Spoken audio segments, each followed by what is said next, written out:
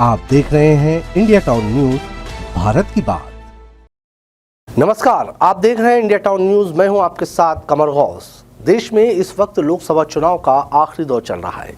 6 चरण के मतदान समाप्त हो चुके हैं और आखिरी चरण की वोटिंग 1 जून को होनी है। आखिरी चरण में 8 राज्यों के 57 लोकसभा सीटों पर वोट डाले जाएंगे, जिसमें उत्तर प्रदेश की 13 सीटें भी शामिल हैं। आइए आज के इस खास रिपोर्ट में आपको उत्तर प्रदेश की उन सीटों के बारे में बताते हैं जिस पर भाजपा मजबूत स्थिति में दिखाई दे रही है। साथ ही उन सीटों की भी बात करेंगे जिस पर इंडिया गठबंधन अच्छी स्थिति में है। और आखिर में आपको वैसी सीटों के बारे में भी बताएंगे जिस पर एनडीए और इंडिया गठबंधन के बीच कांटे की टक्कर दिख रही है। उत्तर प्रदेश में लोकसभा की कुल 80 सीटें हैं। आइए शुरू करते हैं वैसी सीटों से जहां भाजपा इस चुनाव में बिल्कुल मजबूत स्थिति में नजर आ रही है। भाजपा जिन सीटों पर सबसे मजबूत स्थिति में नजर आ रही है उसमें पहला नाम वाराणसी का है, जहां से खुद प्रधानमंत्री नरेंद्र मोदी तीसरी बार चुनाव लड़ रहे हैं। उनको इस सीट पर इंडिया गठबंधन की ओर से चुनौती दे रहे हैं उत्तर प्रदेश कांग्रेस अध्यक्ष अजय राय। अजय राय इस सीट पर लगातार 4 बार से चुनाव लड़ रहे हैं। सबसे पहले साल 2009 में वे समाजवादी पार्टी के टिकट से वाराणसी से चुनाव लड़े थे, जिसके बाद से वे लगातार 2014 से प्रधानमंत्री नरेंद्र मोदी के सामने कांग्रेस से टिकट लेकर चुनाव लड़ते आ रहे हैं। लेकिन अभी तक उनको इस सीट से सफलता नहीं मिली है। चूंकि प्रधानमंत्री नरेंद्र मोदी अजय राय के सामने हैं, इसलिए इस चुनाव में भी इस सीट से मोदी का ही पलड़ा भारी दिख रहा है। आइए आगे बढ़ते हैं और बात करते हैं मथुरा लोकसभा सीट की। इस लोकसभा सीट पर भाजपा ने हेमा मालिनी को तीसरी बार लगातार अपना उम्मीदवार बनाया है, जिनके सामने कांग्रेस ने मुकेश डांगर को उतारा है और बीएसपी चौधरी सुरेश सिंह को टिकट दिया है।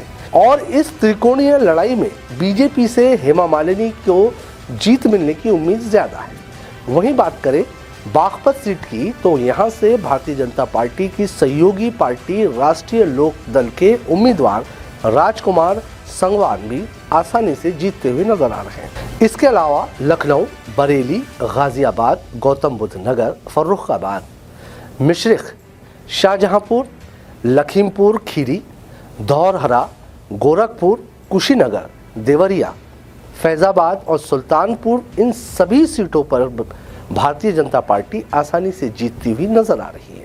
आइए अब उन सीटों की बात करते हैं जिस पर इंडिया गठबंधन की स्थिति मजबूत दिख रही है। इस कड़ी में सबसे पहले नाम आता है रायबरेली की सीट, जहां से कांग्रेस नेता राहुल गांधी इस बार चुनावी मैदान में है। वहीं उनको चुनौती दे रहे हैं कांग्रेस के पूर्व नेता और भारतीय जनता पार्टी के उम्मीदवार दिनेश प्रताप सिंह।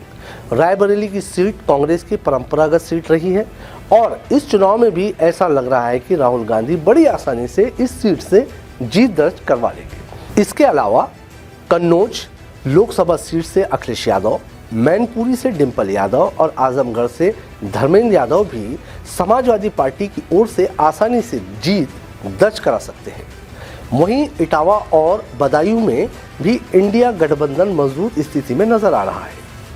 इसी कड़ी में आगे बढ़ते हुए अब बात करते हैं उत्तर प्रदेश की उन सीटों की जहां एनडीए और इंडिया गठबंधन के बीच कांटे की टक्कर देखने को मिल रही है, जहां कुछ भी कह पाना मुश्किल है कि किस पार्टी की जीत होगी। अमेठी की सीट उत्तर प्रदेश की सबसे दिलचस्प सीट बन गई है, जहां है भारतीय जनता पार्टी की उम्मीदवार और केंद्रीय मंत्री स्मृति ईरानी और कांग्रेस के एल शर्मा के बीच कड़ा मुकाबला हो रहा है। इसके अलावा सीतापुर, कानपुर, मुरादाबाद, रामपुर, नगीना, बिजनौर, सहारनपुर, कैराना, मेरठ और अमरोह, इन सभी सीटों पर भी कहा नहीं जा सकता है कि किस पार्टी की जीत हो रही है। उत्तर प्रदेश लोकसभा सीटों के हिसाब से देश का सबसे बड़ा राज्य है। पिछले चुनाव में भारतीय जनता पार्टी ने 80 में से 62 सीटें जीती थी, जबकि बसपा को 10 सीटों पर जीत हासिल हुई थी। वहीं समाजवादी पार्टी को 5 और कांग्रेस को केवल 1 सीट पर ही जीत मिली थी। इस चुनाव में कांग्रेस और समाजवादी पार्टी 7 चुनाव लड़ रहे हैं। एनडीए गठबंधन की तरफ से भारतीय जनता पार्टी उत्तर प्रदेश की 75 सीटों पर चुनाव लड़ रही है। वहीं इंडिया गठबंधन से समाजवादी पार्टी 62 सीटों पर चुनाव मैदान में है, जबकि कांग्रेस इस बार यूपी में 17 सीटों पर चुनाव लड़ रही है। ऐसा कहा जा सकता है कि दिल्ली का रास्ता उत्तर प्रदेश से होकर ही जाता है। अब देखना दिलचस्प ये होगा कि इस चुनाव में उत्तर प्रदेश की जनता किसके साथ खड़ी होती है।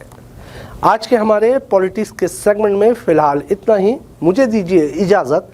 नमस्कार।